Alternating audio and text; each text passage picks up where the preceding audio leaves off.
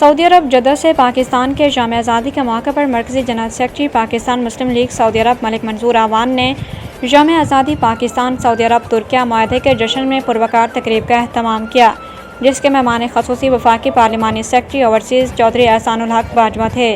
صوبائی صدر صحافی رابطہ کونسل پنجاب حسن بخاری ہوا۔ اوورسیز پاکستانیوں کی بھرپور شرکت دیکھتے ہیں احسان الحق باجوہ کی حسن بخاری سے گفتگو۔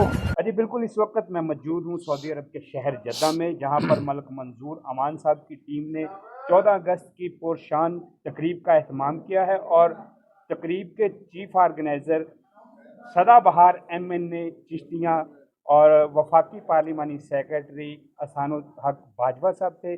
میں ان سے گفتگو کروں گا کہ ہمارے چینل کی وساطت سے 14 اگست کو کیا پیغام دیتے ہیں۔ بسم اللہ الرحمن الرحیم۔ پہلے تو میں ان تمام دوستوں کا شکریہ ادا کرتا ہوں جنہوں نے آج 14 اگست کے موقع پر اتنا پیارا پروگرام کو مینیج کیا۔ ان کے دوستوں کو مبارکباد کے پیش کرتا ہوں، اور جو دوست آئے ہوئے ہیں ان کو ویلکم کہتا ہوں۔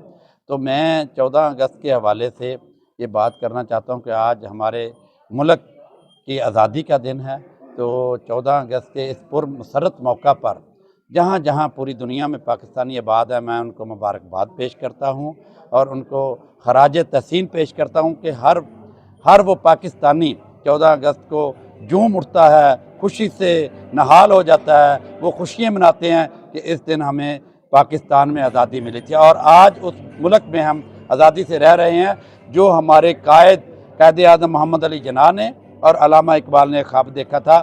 آج وہ خواب پورا ہو چکا ہے اور ہم اس ملک میں آزادی سے رہ رہے ہیں۔ جی بالکل، احسان الحق باجوہ صاحب کا کہنا ہے کہ قائد اعظم اور محمد علی جناح نے جو خواب دیکھا تھا، آج ہم پاکستان میں آزادی کے ساتھ رہ رہے ہیں۔ پاکستان مسلم لیگ نون کے وزیر اعظم شہباز شریف کی احسن حکمت عملی کو بھی سراہا گیا، اور اوورسیز پاکستان کو جشن آزادی مبارک کا بھی پیغام دیا ہے انہوں نے۔ پاکستان زندہ باد، احسان الحق بھائی۔